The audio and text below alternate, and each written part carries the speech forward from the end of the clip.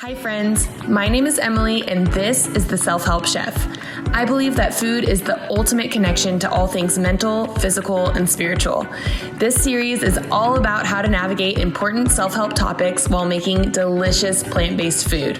Food is the source of community, important discussion, family, and so much more. I encourage everyone to cook along with me and my guests while we talk candidly and openly about everything health and wellness.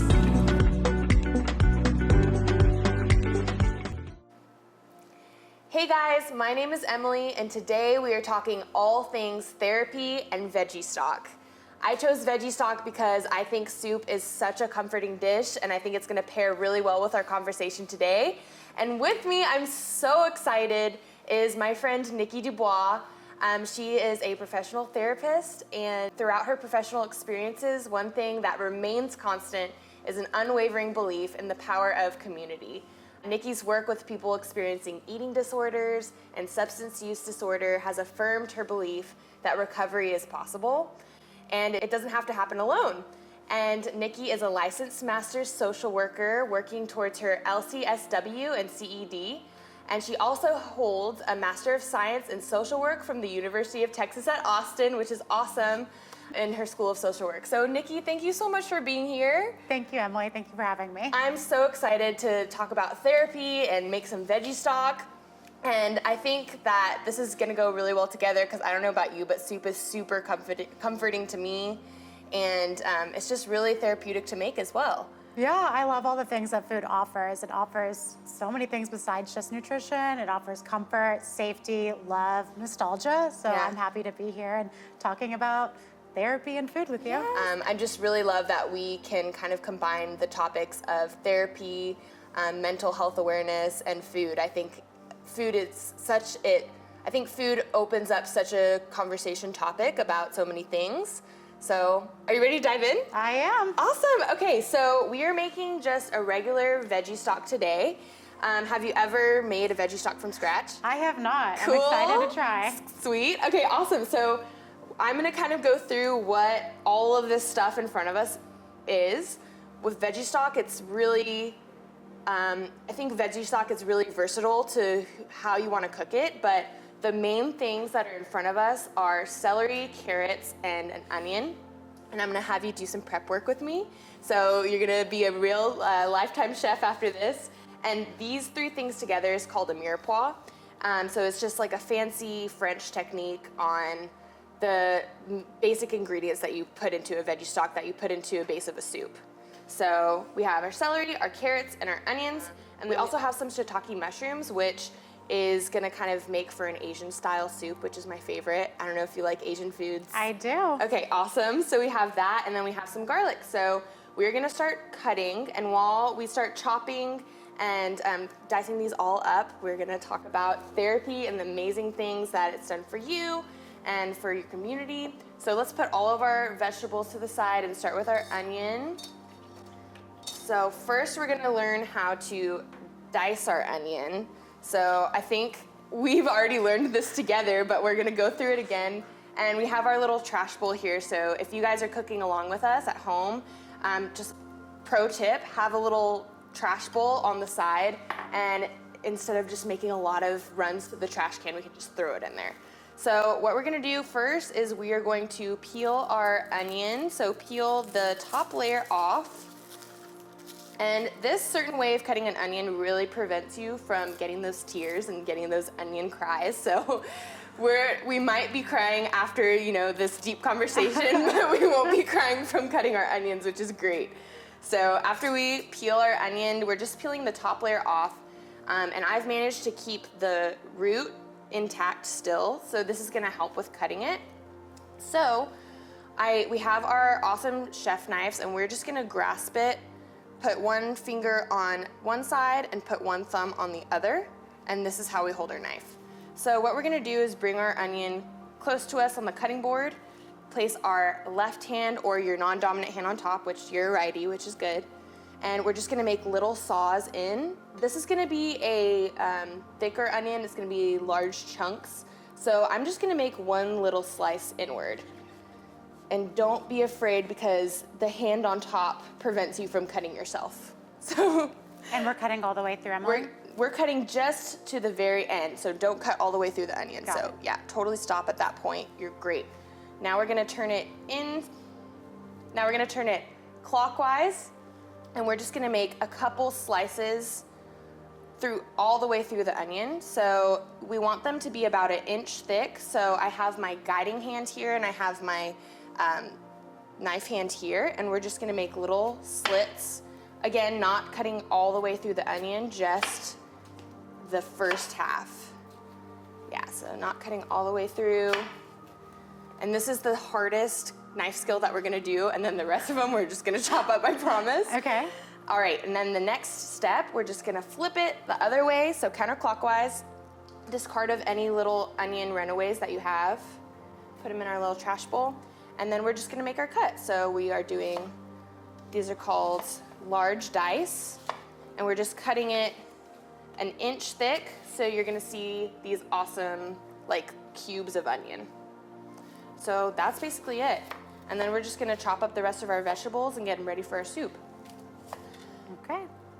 So Nikki, tell me about your story and kind of how you found therapy as your career and as your passion, and what inspires you to keep going with therapy. Yeah, that's a great question. I have a lived experience with an eating disorder and substance use. And so for me, I was introduced to therapy at a young age, and going through therapy on my own with a therapist made me realize, after I was in a place far removed from substance use and eating disorder, that this is something that I wanted to get involved in, so that I could hold hope of recovery for my clients like my therapist did for me. Yeah.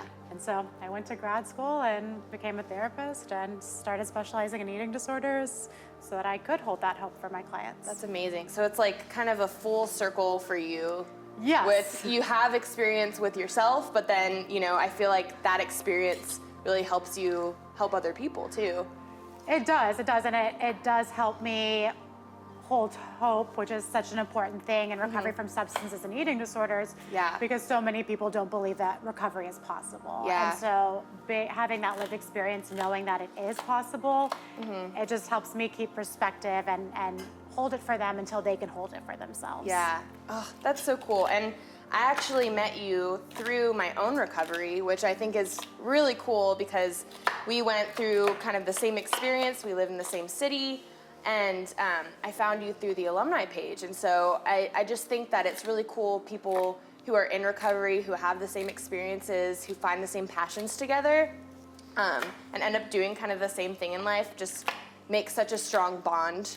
And, you know, it just helps you navigate life better. So I'm really thankful for, like, the people I've met through my recovery, including you, and just, like, the kind of opportunities that it holds once you do recover. Yeah, and you make a good point about the community aspect. So substance use and eating disorders are very isolating. Yeah. And one of the great things about recovery is that you don't have to do it alone. And so one of my core values is community. And Yeah. so being able to help create a community and be a part of that community as well has been really integral to my own recovery experience and for those that I work with as well. That's awesome. And would you say that therapy is kind of the main tool that you need to, no matter what kind of therapy it is, the main tool that you need to get into recovery, to start recovery? I'd say it definitely helps. Yeah. I don't want to say it's the main tool because I know it's not accessible to everybody. Yeah. However, it is a great place to have space held for you to explore some of these challenges that you're going through. And therapy, you're creating a relationship with the therapist, and they're holding hope for you, like I've mentioned a few times, and they're also helping you explore some patterns that maybe are not helpful in your life that you might be engaging in. And they also provide psychoeducation. There's a lot of misinformation with substance use and eating disorders, and so therapists are able to help provide that education and teach therapy skills to their clients. And I feel like it's just a very non-biased environment to be really open and talk about what you're going through, and Because I remember when I was struggling, you know, I'd have my mom with me, but I'm like, I don't want to talk to my mom about all these things. I don't want to talk to people who actually know me. Right. So somebody who either is like going through the same thing or somebody who you don't quite know that well, who you can be open with. Right. From my personal experience, I just found that so relieving that I can be open and talk about what I need to talk about and, and just have that person there for me. Yeah, therapists can help validate your experience. Yeah. So if you are not a part of a community yet, you might not know that some of these things are common with your experiences. Yeah. And so having a therapist there to say like, yes, I understand why you're feeling that way because, and help validate that experience for you. It's really important. That's so cool. Okay, so we have our veggies chopped. Beautiful. You kind of did a better job than me. Mine are all like over the place. You're super organized, so you should definitely be a chef in your next life. We are going to combine these all together and we are going to start to saute them in our pot, and then we are going to make our veggie stock. All right, so that was awesome. Good job. Okay. All right, so we have all of our veggies in front of us and we are going to start sauteing, which I know you've done. I know you're a big foodie, so you've done probably a lot of things over the stove top. So this is how you start any soup. We're just gonna coat the pot with olive oil. And then we are just gonna throw all of our veggies in. The first vegetable that we always put in our pot is onion, just because we want to kind of get that onion translucent and we want to get it, that smell coming and the flavor. So we always put the onion first. It's a fancy chef rule that we always follow. So we're gonna put it in, and you can hear that sizzle, which is like my favorite part ever. Food is so much about sound and flavor and smell, so we're incorporating all of the senses with this dish. So we're gonna put this in, we are going to stir it a little bit, and then wait until it becomes a little bit see-through. So we're just gonna give that a little stir. And this can be for like 2 minutes. And then we are going to add in all of our other vegetables. So I know that you said that therapy, unfortunately, is not accessible to a lot of people. Right. And first of all, I love that therapy is being promoted now in our, society, and it's becoming a lot less taboo, which it should be. I think everybody should get therapy. But again, going off of that, it's sometimes hard to find a right therapist. It's sometimes hard to, know what kind of therapy you should be getting into. Right. So do you have any recommendations of people who either are scared to go into therapy or can't afford it? Yeah, I'd say to find the right therapist, do your research. Look at their websites. Also, you're interviewing them because it's a relationship that you're having, and you are ultimately paying these people. So you want to make sure they're a good fit, and not everybody is going to be a good fit. So making sure that you align with their values, whatever they might have on their website, is important. And then for accessibility, depending on where you live, you can go through the city, you can go through college campuses for grad school students that are learning to be therapists. Most therapists offer sliding scale or pro bono for a couple of clients on their caseload. So don't be afraid of the prices, being able to reach out and ask the therapist, hey, do you offer sliding scale? Because you're right, it is a shame that it's not accessible to everybody, and there are ways to make it work. That's good. I mean, it's really cool to actually talk to a therapist about your ways to kind of be flexible and how to find, different avenues to find how it's going to work for you in therapy. And then I know that there are different types of therapy. Yeah. There's I feel like when I was doing my own research before we're cooking this together, it can be a little overwhelming on all of the different types and all of the different avenues that you can go into. Yes. So as we were putting this in, do you want to talk about what types of therapy there is and which ones you recommend for a beginner? I would say, so there's different types of treatment modalities, and again, doing some basic investigative work and seeing which is going to be more in line with you. So I work a lot with DBT, which is dialectical behavioral therapy, and we will talk about that a little bit later. And I also do some acceptance and commitment therapy work. And so being able to look and see which of these treatment modalities might align with you so that you're able to work with your therapist and learn the skills that you need to get through whatever situation you're facing. Yeah. Because one thing that is given in life is that we're going to experience pain. And so therapy is a great way to help you transition through these situations that might be causing pain. Therapy is a great way to learn how to explore how to sit with difficult emotions and tolerate them, right? Yes. So different ways to find the therapist, but also doing your research is really important. I think that is an awesome tip, because I think people can go into it not knowing what's going to happen and maybe be very overwhelmed with the kinds of questions that they're being asked. Yeah. You know, so I think research is a really good tip, and don't be afraid to ask questions. Ask your therapist during the intake session or a phone call, hey, how do you schedule our sessions? What is it going to look like?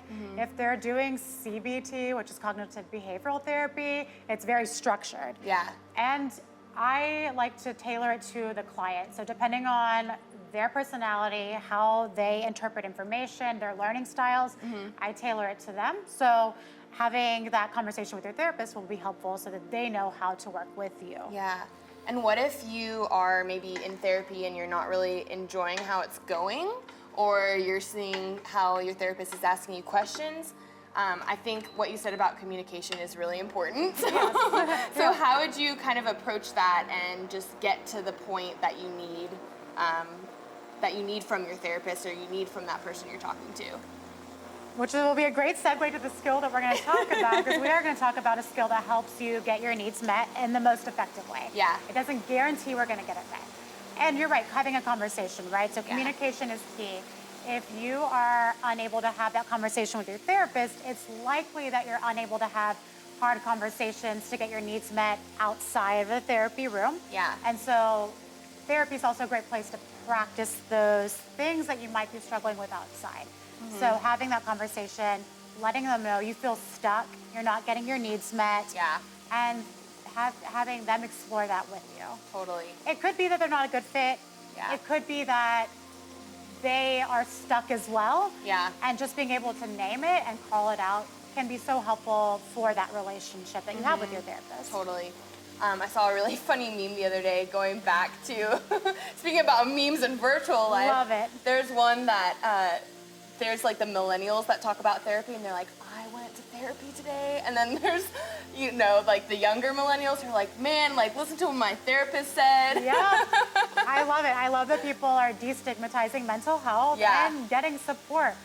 Life is full of challenges. Yeah. Why continue to go through it by yourself? Exactly. I think just I remember when I was struggling with my eating disorder, holding everything in, trying to be strong for everybody else, is just like, it makes you blow up and it makes you have these crazy choices and have this like very unstable life. And just having that structure, I think, of therapy and having that support is just, it helps. And it helps you get it all out there. Yeah. Which is what people need to do. We just need to release, I think. Yeah. Awesome. Okay, so we are going to fill this up with water.